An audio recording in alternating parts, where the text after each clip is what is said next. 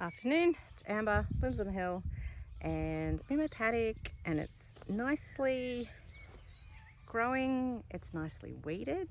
Did a fair bit of weeding around my dahlias. It's been the perfect storm for weeds. We've had lots of warm weather, been quite humid, fair bit of rain, and yeah, plants have been growing like crazy. Got lots of beautiful flowers out now. Spring garden's gone crazy, but of course the weeds have too. But my husband and the children were very nice when I was out doing some secret squirrel Christmas shopping, and I came home and they'd weeded around all my dahlias, so that was good. And yesterday I finished doing around some of my zinnias and my celosia, so this has all been done and the pathways are all done. And as you can see, we've been putting some straw down as mulch. So I thought I'd just do a really quick weed related video, which is kind of funny coming from me because I'm the queen of weeds. I have heaps all the time, but just thought I'd briefly just show you what's been working and what hasn't. And yeah, and today I'm actually just pinching out my dahlias. I thought, well, there's some that are certainly 30 centimeters, there's a few that are bigger, some that are smaller, but I'm just going to go through and pinch the lot. And there's some that haven't come through. You get them and they're all different. Sometimes you think, oh no, that one's not going to come, and then it does, like way after the others. So I'm not despairing of any of them yet. I just actually planted some yesterday too that were sort of leftover ones of mine. I've still got lots left, but particular colours that are good, and I had the space, so did a bit more of that. Anyway, I'll show you my weeding regime. Sunflowers doing quite well. I've got small sunflowers and I've got bigger ones. So as you can see, dahlias, these I'm working on pinching right now. So I've done this whole row right to the bottom, and there's floret zinnias at the bottom. And I've just been using this straw, which is not very good straw, but perfect for this. So very low grade quality. The guy at the hardware sold it to me for $10 a bale. Not particularly efficient, like good price for a bale of straw, but not like efficient in terms of, well, you're going to get a lot of bales to do this area. Next season we're going to buy some big squares. My husband's cousin can bring some down, so from up north, which would be good. So we're sort of hoping that he might be able to bring some down this season, but I'm not sort of counting on it because he's busy and everyone's busy. So, but I'm really happy with how everything's looking in here. So I've never done this before, and you read about it and you hear about it and how helpful it is. So it's not only suppressing the weeds, although I can see some grass growing through, but I think it just needs to be perhaps even more thick than this. This is a fairly thick layer, but the thing with the straw, it also helps retain the moisture in the soil, which I have found already. We've had some quite hot days, and I've found that things like my cosmos over here, you can see them blooming, they weren't saggy at all. They weren't droopy after a hot day. So I'm finding that this is that double-edged sword of, yeah, suppressing a fair few of the weeds and also helping retain the moisture. And since I have to water by hand, I've got a new hose up there on a reel, and I've got another one at the bottom, which is shorter. You probably can't really see it, but it's down the end there, so I can do all of my paddock fairly easily. Next year I'll hopefully invest in some irrigation for this whole area, but we're going to go to an ag store and find out more about that. But that could be a bit of an investment there, but it will make my life easier. But I really need to water by hand, because if I water with a sprinkler, the water stains my flowers. The white ones get stained brown because the water's coming from the dam, which is coming from a spring underground, so it wrecks everything. The pathways, we just ran a Dutch hoe down the pathways, which I've got. Like, my Dutch hoe's great, I love it. I'll show you my tools in a minute, but I find that that's really easy. So if I just kept on top of this paddock here, just ran that through, and in fact got my boys to do it, might be easier for me. Just every week, just run that through, and then there'll just be a handful of weeds each week. Just keep on top of it is the key, really. It's easy to forget because we all get busy, but that's probably what I'm going to do with the laneways. I was going to put initially some weed mat, which is what I had last year, but I don't love it because it ends up tearing. It all tears and blows up in the wind, and you get bits of plastic everywhere. Last year's weed mats. As you can see, it's all frayed, and that's just the wind. And I was actually going to reuse this. Most of this wasn't too bad, but this was terrible on the edges. Probably I had metal pins staking everything down. Probably having bricks on it all would have been helpful as well. I did buy some new rolls, and I was buying like, you know, a roll of it here and there because it's fairly dear. I think it's about $40 or $50. It's a fair bit, and you sort of need a fair bit. But this is annoying, this fraying, and I just don't want that all through my paddock. I know that like the tractor going through here with a rotary hoe in the back would most likely just rip it to shreds, and it wouldn't be an issue, it wouldn't get caught up, but potentially it could. So I don't really want that. Plus it's a plastic, you know, it's another thing we just don't need to add to the environment, you know, really. Here's a really brief look at my flowers that are all coming out. Here's my husband's poppies. They're pretty. Saponaria, salvia, Chinese forget-me-nots just bloomed. The snapdragons are, well, there's not that many left, and they're actually getting a bit of rust, so I'll probably just pull these ones out as well. And there's ones up there that are the same. Ones at the top I pulled out too. This is my lavandera, which is getting buds. Not sure I'm saying that correctly, but anyway. More of this tricolour salvia, which I think people also call that clary sage, but this is cute in bouquets. My williams have been blooming, and my honeywort's been going well, and this is where I also had some snapdragons up here. Well, these have now got some extra floret zinnias and some celosia. Same over here. I've just pinched these zinnias out. The penstemons flowering nicely. And over here my gadisha has finally flowered. It sort of flopped a bit because it got hammered with rain, but I have been harvesting lots of this and just selling it in just bunches of gadisha, so that's been good. These snaps here, been cutting all of these, and they're getting rust, so I'll probably just pull all of these out. These will come out anyway because these peonies here, I want to do more peonies eventually all the way down. Larkspur's been fabulous. Love this lavender colour. I'm not sure whether that's the lavender mist or smoky eyes, I have no idea, but they're really nice. That's the other one, white with a bit of the lavender in it. I don't know, it's good. Status has been great. Straw flowers there have been coming. Sweet peas have been blooming well. Scabiosa's finally really starting to bloom. And my Queen Anne's lace and my chocolate lace. So everything's been going really well. I actually have an order for this, I think it's Saturday. There's a thing called Christmas in the Boo, which is at Merber North. And I need to deadhead some of my roses. It's a this Christmas market and all sorts of workshops and things. And there's a wreath making workshop, and the lady who's running it contacted me and asked me to supply the flowers. She wanted to use locals, which was nice. So I'm going to supply between 100 to 120 stems. Probably this Friday I'll deliver. And she wants winged everlasting, chocolate lace, Queen Anne's lace, straw flowers. Not much status because she always has some, she's already got dried status, a little bit of that, and larkspur and some scabiosa and some cosmos. So amongst all of that I should have 120 stems, and I'll deliver that as well. So that's nice to have an order. Also been selling lots of things down at the bakery in Yannar, a little bit down at the Blower Post Office as usual, and a little bit at the shop at Merber North. So I mean, I've just had that big wedding. Was that last weekend? The weekend before? I think it was the weekend before. Yeah, today's Monday.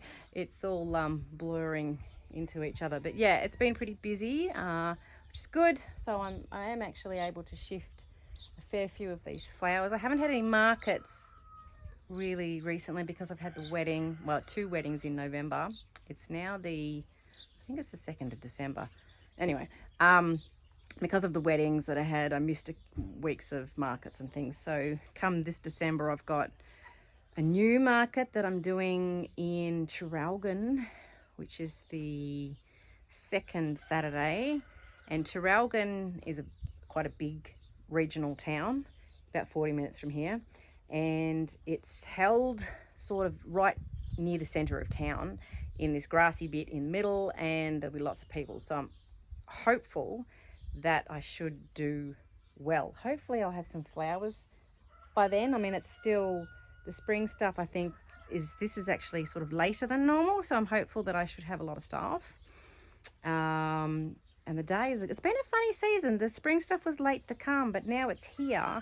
Hopefully it holds on and keeps going while I'm waiting for the summer stuff. So the dahlias are up and coming, so I might sort of not have that gap where I don't have flowers with any luck. Anyway, I'll show you my weeding garden shed, whether you're interested in this or not. So my Dutch hoe, that's it there. It's just got that little sharp triangle. And this you've got to be super careful with, because I tend to use this edge here. It's just because I'm right-handed. When I'm doing the pathways, I'll use this bottom blade and drag that just underneath the soil, just underneath the surface, and it gets all the weeds.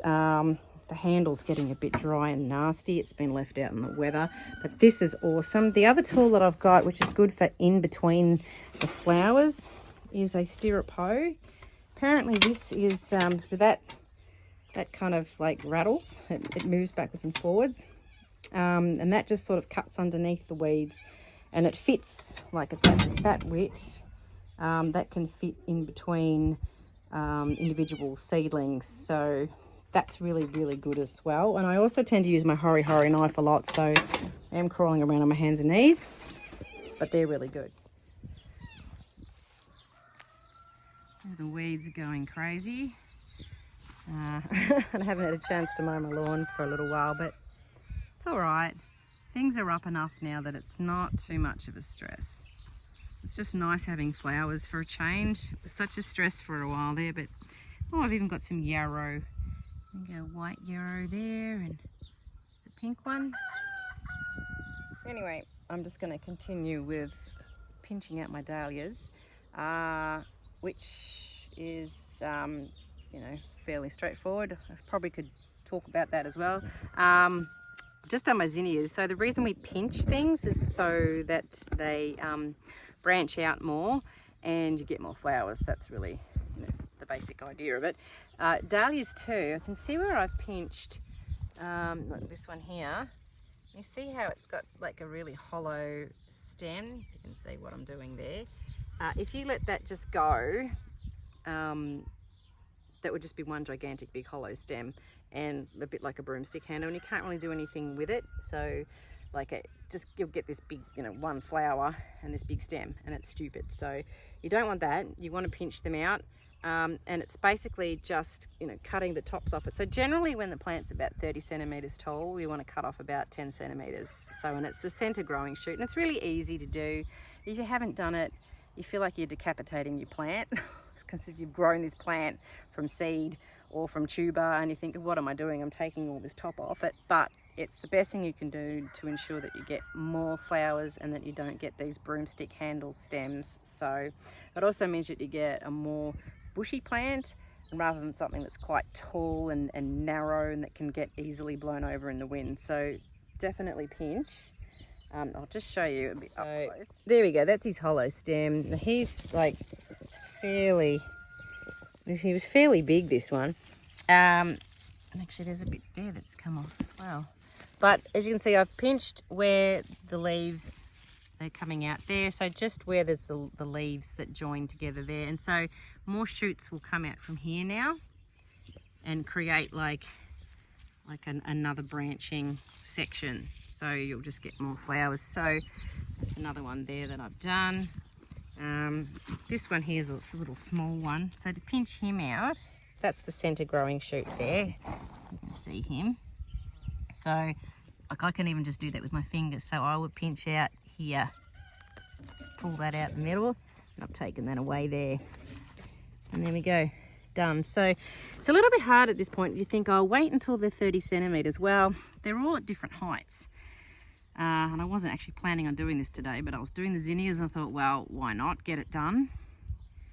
and then that's that job done.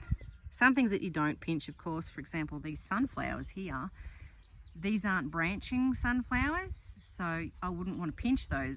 If it's a plant that has a single flower, it blooms just one flower, if you pinch it, you're not going to get any flower. So for example, stock, you don't pinch. Snapdragons, you do pinch. There's branching sunflowers which you do pinch. Ones with a single flower, you don't pinch. So if you're unsure, you just need to look it up. Now here's another one, look.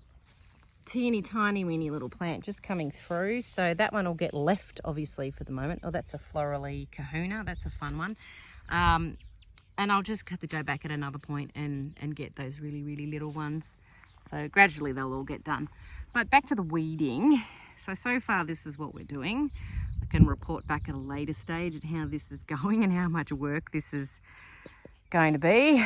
I think it's definitely something my boys can do, is just keep on top of the aisles. But honestly, like, I'll be up and down this all the time, so like the foot traffic sort of helps keep things down a bit. And the other thing I could do is just mow. Like if this gets up and drives me mental, and if I get sick of weeding it, you know, I could just mow the aisles. The other thing I do is once these dahlias get up, the leaf canopy really shades the soil, and then I just don't bother weeding after that. Once they're up, then that's it, I don't weed. So and you just don't need to. This year I'm going to be a bit different with my dahlias. Normally I don't cut away any of the bottom leaf canopy, but this year I'm going to, because it helps with airflow and also helps restrict disease. So that's one thing we're going to do, just having done a bit more reading about dahlias. Every year I learn more and more, and this year I'm also going to try disbudding them as well.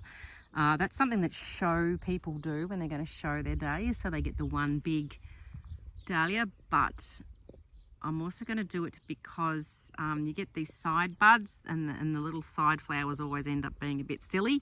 So I'm going to give that a go as well. Anyway, I'm going to keep going with this. I might go get a hat because that sun is really hot. I'm probably getting burnt. We're very close to 1,000 subscribers, I noticed. How cool is that? So maybe we can get up to 1,000 this month.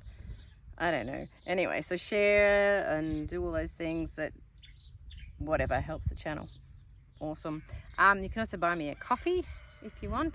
It's a virtual flower, so you can, there's a link. I'll put a link if you want to support me at all, and I will catch up with you next time. Have a good week. Now this is just a little added extra in the middle. I filmed yesterday, and I'm just weeding again today. I'm just going to put some cosmos in here, and there's like a random dahlia that's popped up. I thought, well, I'll just leave it. Anyway, getting nice and dirty doing this. Just a little sort of a added suggestion when it comes to weeding.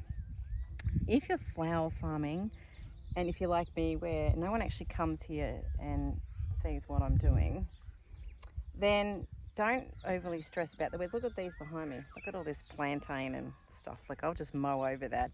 It doesn't have to be perfect. See all this here? This is weeds. This is this bottom part of my paddock where I'll clear as much as I need. So I'm just clearing this bit now to put some more cosmos in.